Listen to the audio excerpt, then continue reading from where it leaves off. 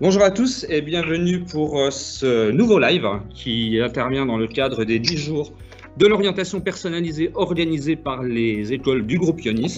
Et ce soir, nous avons le plaisir de partager ce moment avec Xavier Rivoire, qui est leader communication externe de Decathlon et qui va nous parler, vous parler, bien entendu, de la communication et plus particulièrement de la communication à l'international d'une grande marque que vous connaissez tous, Decathlon. Alors, les aléas du direct font que Xavier Rivoire a un agenda très chargé et qu'au lieu de le retrouver en direct vidéo, on l'a en direct téléphone. Donc vous voyez, c'est les aléas du direct, mais Xavier est là et je vais lui proposer tout de suite de prendre la parole. Est-ce que tu es là, Xavier?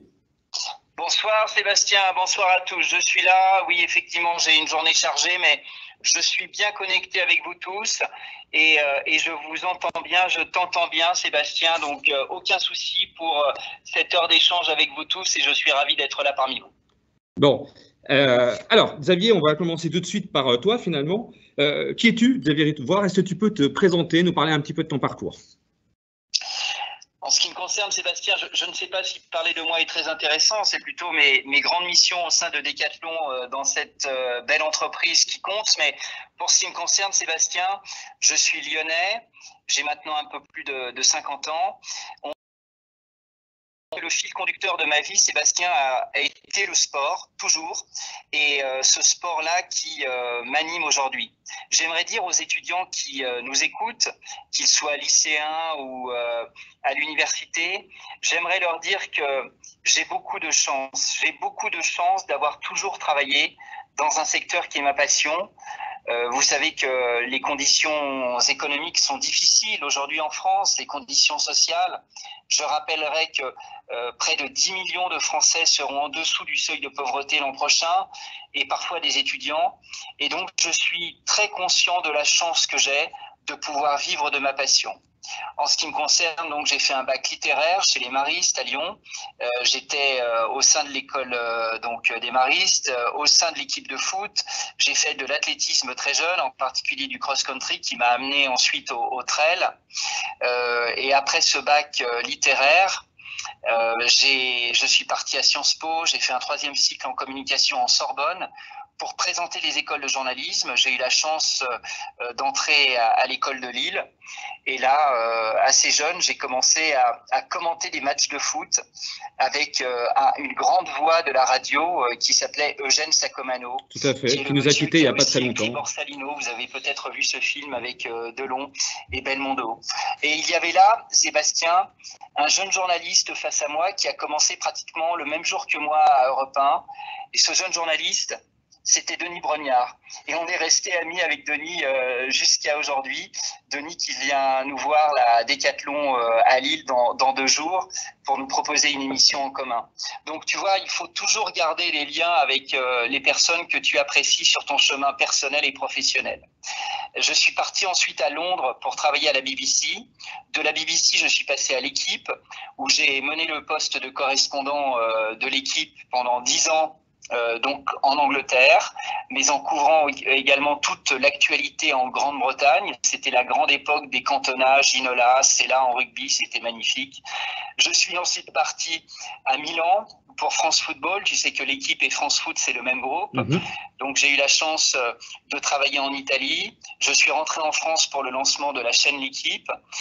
Et puis, je commençais à avoir des doutes à partir de la fin des années 2000 sur mon métier de journaliste, le fait qu'on faisait moins de terrain, qu'on voyait moins les gens, qu'il y avait des budgets plus limités. Comme je menais des formations en entreprise, j'ai rencontré les gens de Decathlon. J'ai beaucoup aimé cette entreprise et du coup, je suis chez Decathlon depuis près de 10 ans. D'abord chez Kalenji en tant que responsable des médias et de la communication et des partenariats. Et aujourd'hui, donc, je mène la communication internationale de Decathlon, de ce que l'on appelle Decathlon United. Et en parallèle de ce métier, on aura certainement l'occasion d'en parler, je donne des cours à la fois à l'Université de Lille, à la Fac des Sports, mais dans des écoles privées comme la tienne, Sébastien, à l'ISEC. Donc je suis toujours au contact des étudiants et c'est vous, étudiants, qui me donnez cette énergie et qui êtes source d'inspiration pour moi. Donc merci à vous. Voilà Seb, Merci. résumé en quelques minutes mon parcours. Merci pour cette présentation qui donne vraiment envie. En tout cas, tu as un parcours qui est assez remarquable. Et même maintenant, j'aimerais que tu puisses expliquer un petit peu à ces jeunes, puisqu'on est face à un public de lycéens, un public qui doit choisir son orientation finalement. Qu'est-ce qu'aujourd'hui un leader communication externe de Decathlon, c'est quoi aujourd'hui ton travail? La première des choses que j'aimerais dire aux lycéens qui nous écoutent, et peut-être à ceux qui sont déjà en fac et qui ont un changement de parcours prévu, c'est que quel que soit le choix que vous allez faire, il sera le bon à partir du moment où c'est le vôtre. Laissez parler votre cœur et soyez prêts à travailler très dur. Laissez parler votre cœur, c'est-à-dire allez vers le domaine qui vous intéresse le plus, qui vous passionne le plus. Parce qu'aujourd'hui, sans passion, il est très difficile de briller. Et puis, travaillez très dur parce que même si vous êtes brillant, je suis sûr que vous l'êtes, même si votre culture générale est forte, et j'espère qu'elle l'est, parce que c'est la base de tout, même si vous avez eu de brillantes notes en seconde, en première, en termes, bientôt le bac, etc. Sachez que il n'y a pas de réussite sans travail. Nous avons tous des dons et des compétences, nous avons tous des talents, mais si ces talents ne sont pas exploités, s'ils ne sont pas travaillés, ils ne servent à rien. Donc on ne réussit jamais en dilettante. Et je dis ça d'autant plus facilement, Sébastien, que j'ai moi-même été paresseux, je le suis encore d'ailleurs un peu, les week-ends par exemple. J'ai moi-même été dilettante, j'ai moi-même été prétentieux et j'ai retenu de la vie qu'elle te donnait, cette vie, ce que tu lui accordais. Et donc, donnez-vous au maximum. C'est pour ça que le sport est hyper important. Engagez-vous dans le sport parce que bouger votre corps, c'est bouger vos neurones, c'est faire travailler votre tête. Et ça, c'est très, très important. Je pense que c'est une règle de vie que vous devez suivre toute votre existence. Il n'y a pas un jour, Seb, il n'y a pas un jour de cette existence que je passe sans aller faire un petit jogging. Quand je dis un petit, c'est une demi-heure, 1h30 ou 2 heures, mais chaque jour je sors pour me donner cet élan, cette ascèse, cette discipline. Et mon métier, c'est, pour répondre à ta question, c'est d'expliquer ce qu'est Decathlon. Decathlon avec ses forces, ses faiblesses, c'est une grande boîte avec évidemment ses imperfections, mais c'est une entreprise magnifique humainement parlant. C'est une entreprise qui rend le sport accessible à tous, le sport technique et ludique et en même temps à prix raisonnable. Et c'est ça mon métier, c'est d'expliquer cela et j'espère le faire avec passion. Merci en tout cas, tu donnes aussi d'excellents conseils à nos jeunes qui en effet ont besoin de s'oxygéner, surtout avec les nouvelles méthodes finalement d'enseignement dues au confinement.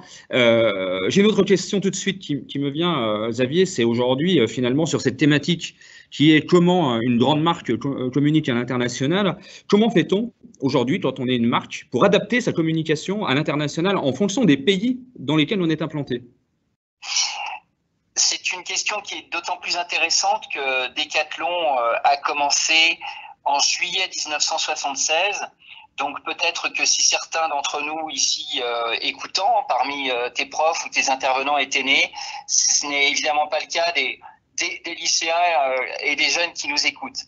En juillet 1976, la révolution de Decathlon, c'est d'offrir du sport dans des rayons entiers à des prix accessibles et abordables, comme on le disait tout à l'heure.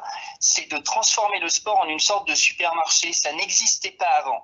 Avant, vous aviez des magasins spécialisés dans les villes, par exemple, en tennis, en golf, en foot, des magasins qui vendaient les produits très chers. Et tout à coup, Michel Leclerc, le fondateur de Decathlon, le cousin de Gérard Mullier, Auchan par ailleurs, a eu cette idée géniale de monter un grand magasin de sport avec des produits imbattables en termes de qualité-prix. C'est ça l'histoire de Decathlon.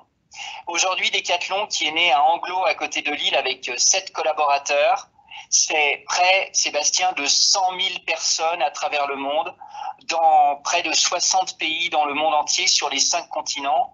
Et on est très fiers d'être une entreprise française qui a su exporter son savoir-faire et qui a dû s'adapter localement. Et c'est là le secret, Seb. C'est que lorsque tu parles à un Chinois, il pense que Decathlon est chinois. Lorsque tu parles à un Indien, il pense que Decathlon est indien. Lorsque tu parles à un Colombien ou une Colombienne, il pense que Decathlon est une entreprise de Colombie. Pourquoi? Parce que notre ancrage local est fort. On emploie des gens qui sont sur le terrain. Donc, dans cette zone-là, il y a quelques expatriés, mais très peu. Et Decathlon se conjugue dans toutes les langues, dans toutes les cultures. Et c'est pour nous un grand succès. Et c'est cette pluriculturalité qui fait le succès de Decathlon aussi.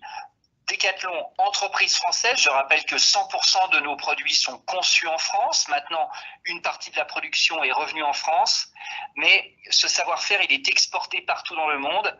Et juste pour votre information, le chiffre d'affaires mondial de Decathlon, il y a encore quelques années, c'était 50% du chiffre d'affaires qui revenait à la France. Hein, donc c'était à partir du territoire français qu'on faisait 50% du chiffre d'affaires mondial. Aujourd'hui, ce n'est plus que 30% environ. Et ce chiffre décroît au fur et à mesure qu'on ouvre de nouveaux pays. Pour ceux qui aiment l'Australie, les États-Unis, l'Afrique, l'Amérique du Sud, l'Asie, Decathlon est une entreprise remarquable. J'ai eu l'occasion de voyager dans un certain nombre de ces pays, comme au Japon dernièrement. Si l'ouverture au monde et l'international vous plaisent, je le mets au pluriel, hein, puisqu'il y a plusieurs ouvertures possibles, je pense que Decathlon peut être une entreprise pour vous. En tout cas, avec tous ces exemples, c'est vrai que tu dois faire rêver pas mal des élèves qui nous regardent.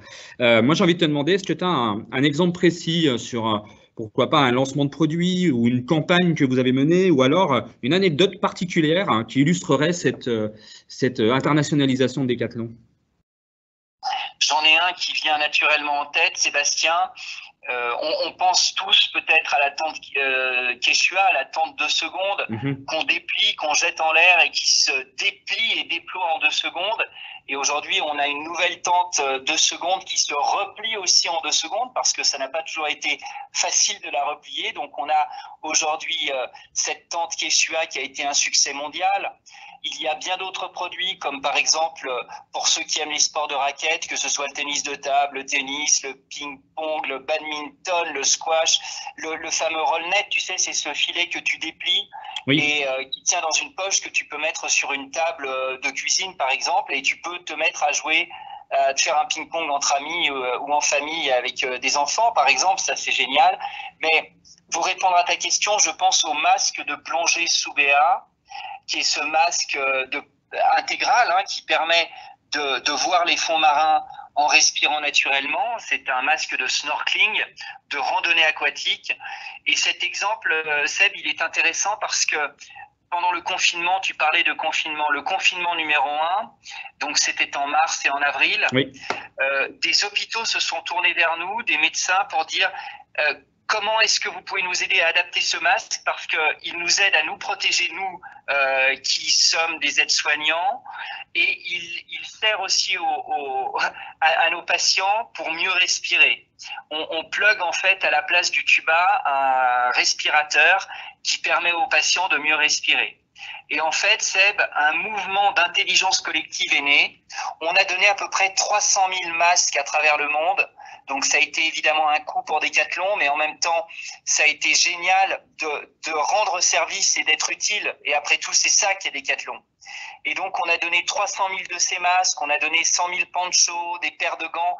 Et en fait, tu ne peux pas imaginer le bonheur que c'est de donner aux gens des choses et d'avoir en retour des remerciements sincères en disant merci, merci de votre aide, merci de nous aider à sauver des vies, merci de nous protéger. Et donc, à partir d'un produit sportif qui était ce masque de snorkeling, on en a fait un produit universellement connu et reconnu.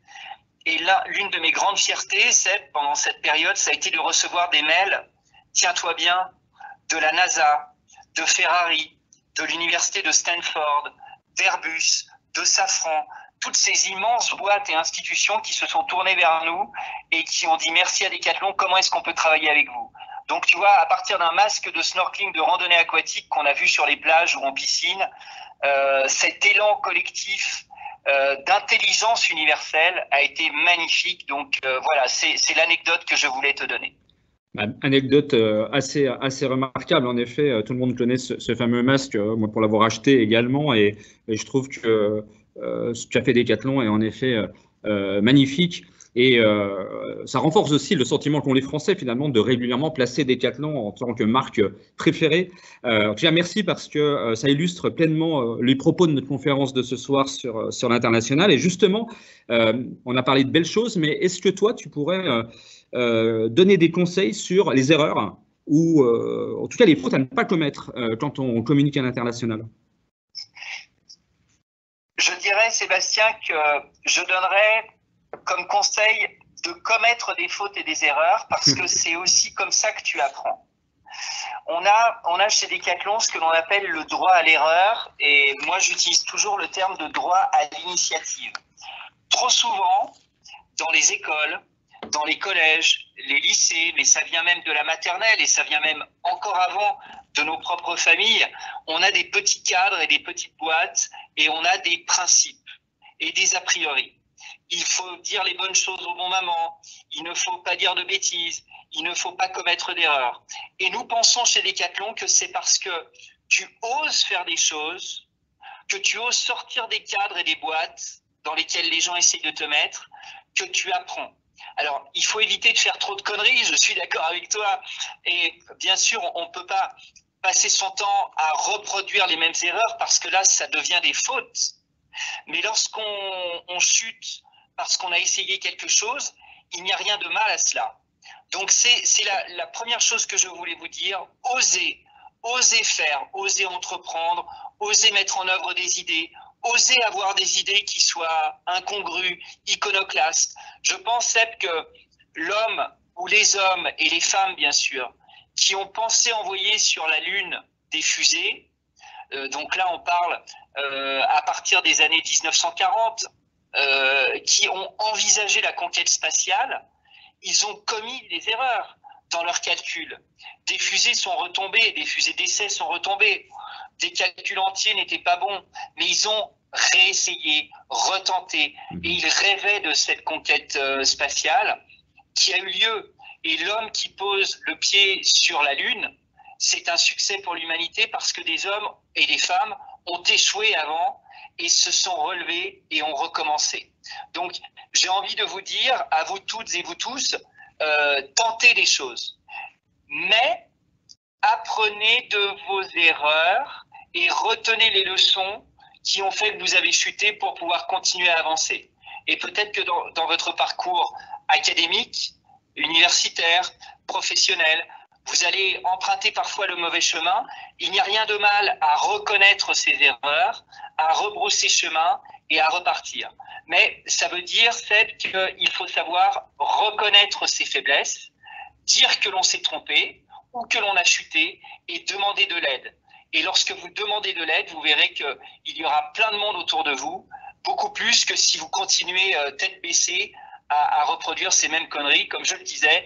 Et donc là, vous êtes dans l'erreur et le tort. Si vous êtes dans l'essai qui échoue, ce n'est pas grave. Ça fait partie de la vie et personne n'est parfait. Donc voilà ce que j'ai envie de dire à la Decathlon. En tout cas, ce qui est génial avec toi, c'est que les élèves qui nous suivent repartent avec plein de bons conseils, plein d'anecdotes très intéressantes et c'est déjà un petit peu les valeurs que tu avais données lors de ta dernière intervention auprès de nos élèves de Bac plus 5 qui ont adoré également t'écouter au travers d'une autre thématique sur la marque employeur. Mais justement, parlons un petit peu de marque employeur et quand on évoque Decathlon, finalement, on pense tout de suite à cette formidable capacité que la marque a à transformer ses collaborateurs en ambassadeurs, ses clients également en ambassadeurs. Est-ce que c'est plus difficile d'un pays à un autre? Est-ce qu'il y a des différences? Est-ce que tu peux nous parler de tout ça? Chaque culture est bien sûr différente, à ses richesses, à ses limites parfois. Je pense par exemple à la France que l'on connaît bien. La France est un merveilleux pays, mais le français est râleur de nature. La France est un pays d'innovation, de conquête, d'avancée.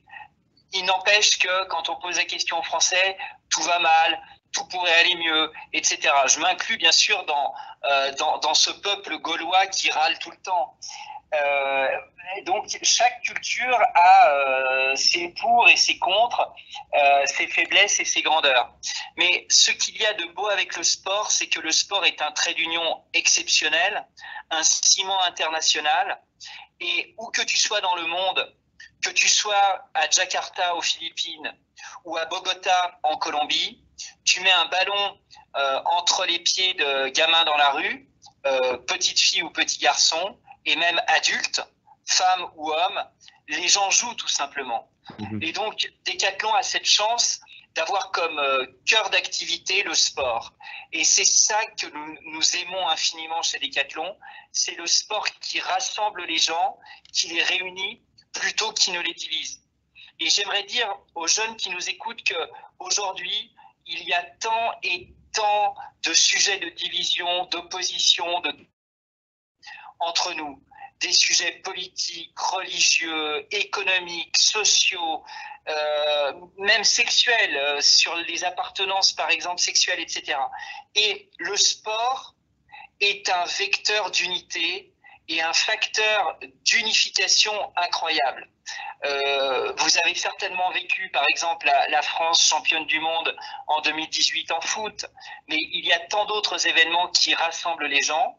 Et nous croyons chez Decathlon, et nous faisons des erreurs chaque jour, mais en tout cas, nous croyons que le sport est là pour unir les gens. Et quelle que soit la culture, quel que soit le pays, ce trait d'union entre tous est absolument magnifique et nous continuerons à nous battre pour rendre le sport accessible au plus grand nombre.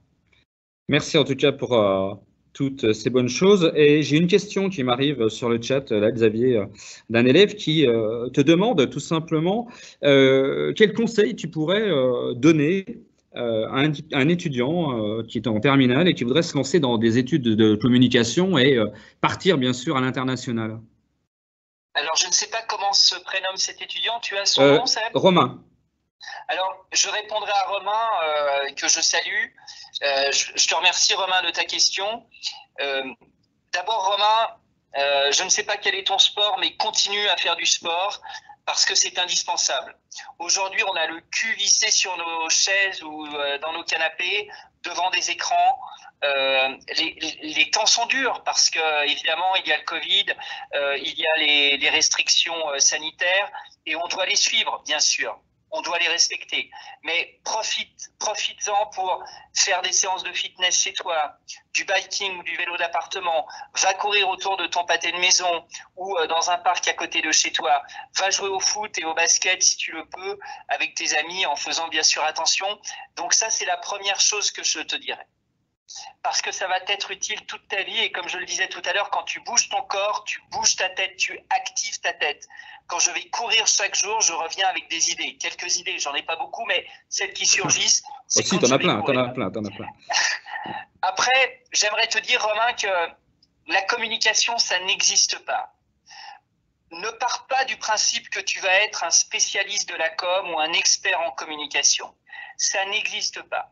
Il faut que tu aies une expertise absolue dans quelque chose. Moi, par exemple, mon expertise, c'est l'écriture. Comment écrire des livres? J'en ai publié une dizaine. Comment rédiger des articles? Et j'ai fait ça pendant 30 ans. Comment mettre en scène maintenant et en forme des dossiers de presse? C'est ce que je fais pour Decathlon depuis 10 ans. Moi, c'est l'écriture, la rédaction et la rencontre à l'autre qui donne lieu justement à des reportages, des portraits. C'est ça mon expertise. Moi, je ne me présente jamais comme un spécialiste de la communication. La com, Romain, ce sont juste des méthodes, des moyens, des techniques pour mettre en orchestration un savoir et une expertise.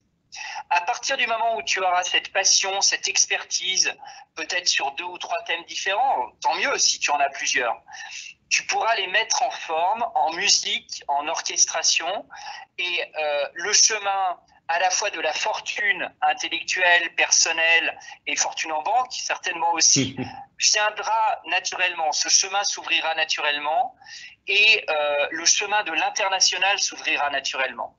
Inutile de te dire, Romain, qu'il te faut parler l'anglais comme tu parles le français.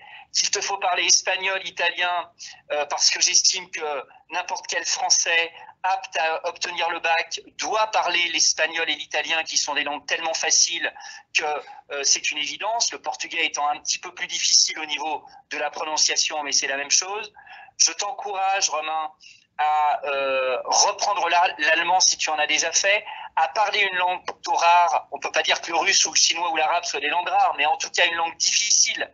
Si tu as en plus cela, en plus de ta passion, de ton expertise et de ton goût pour l'international, tu vas brillamment réussir ta carrière et je serai toujours là pour t'accompagner et répondre à tes questions en tout cas et t'ouvrir les portes de Decathlon si tu le souhaites. Ah bah Romain, je crois que l'invitation est prise. En tout cas, j'aime beaucoup ton discours, Xavier, puisque tu vas aussi dans le sens de la construction à l'international que l'on met en place à l'ISEG, avec cette capacité à proposer un maximum de langues et d'immersion à l'international à nos élèves. Donc, merci d'avoir axé là-dessus. J'ai une dernière question, si tu es d'accord, puisqu'on va bientôt arriver au terme de cette interview, qui m'est posée par Salomé. Alors, Salomé, elle est élève en terminale générale à Lyon. Elle demande si j'intègre l'ISEG et que je postule chez Decathlon pour un stage, qu'est-ce que vous pourriez me conseiller pour préparer au mieux ma candidature et l'entretien? Alors déjà, Salomé, tu peux me tutoyer. Chez Decathlon, tout le monde se tutoie et dans le milieu du sport également. Merci pour ta question. En fait, Salomé, c'est un petit peu ce que je répondais à Romain, c'est-à-dire que déjà, je pense que le choix de l'ISEG est un bon choix. C'est une école sérieuse. Merci. Il faut savoir que il y a de grandes écoles aux yeux des recruteurs.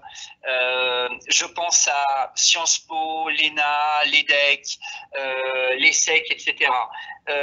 Mais en fait, sache, Salomé, que l'ISEG déjà est une école sérieuse, avec cette orientation internationale dont vient de parler Sébastien, qui ne m'a pas payé pour que je dise ça, mais parce que j'interviens chez toi, Seb, je le sais. Et puis, d'autre part, j'allais presque dire que le diplôme, en fait, n'est pas important. C'est-à-dire que quand moi, je reçois un CV, Salomé, que ce soit un CV papier, il y en a encore, ou digital, c'est plus souvent le cas, je ne regarde pas l'école, je regarde la passion qui anime cette étudiante ou cet étudiant. Et je regarde la pratique sportive, la connaissance du sport, parce que chez Decathlon, c'est la base de tout. Et donc, Salomé, si tu es à l'ISEG, c'est bien, c'est un plus. Si tu es passionné de hockey sur gazon, comme Aliciane, qui est à mes côtés actuellement en stage, ou de rugby, comme c'est le cas de Rémi, qui est en alternance à mes côtés aussi en ce moment, c'est parfait. Si tu fais du patinage sur glace, c'est parfait, et de la danse sur glace. Si tu es passionné de kitesurf, je prends aussi. Il te faut une passion, et après, par rapport j'allais dire à l'oral et à l'entretien, ça viendra naturellement. Donc, sache simplement que chez Decathlon, on prend plutôt des jeunes qui travaillent en rayon, au contact des clients et des produits, pour être au milieu des équipes.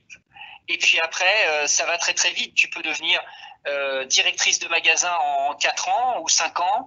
Tu peux partir à l'étranger en 10 ans. Tu peux être patronne d'une marque.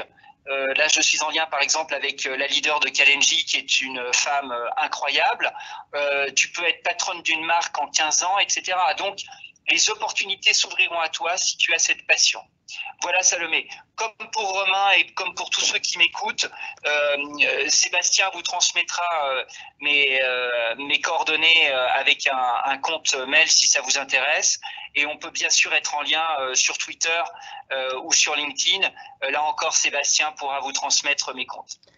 En tout cas, un énorme merci, Xavier, pour ce moment partagé avec nous, sachant qu'en plus, la réalité du travail a rattrapé notre live et que tu t'es arrangé pour avoir le téléphone, et je te remercie énormément pour que l'événement ait pu avoir lieu malgré voilà, les imprévus de dernière minute, hein, c'est ça la vie professionnelle. Je te dis tout simplement merci, et j'espère cette fois-ci te retrouver vraiment en direct live vidéo samedi, puisque tu as accepté d'intervenir pendant ma journée portes ouvertes, et je te remercie. Merci Sébastien.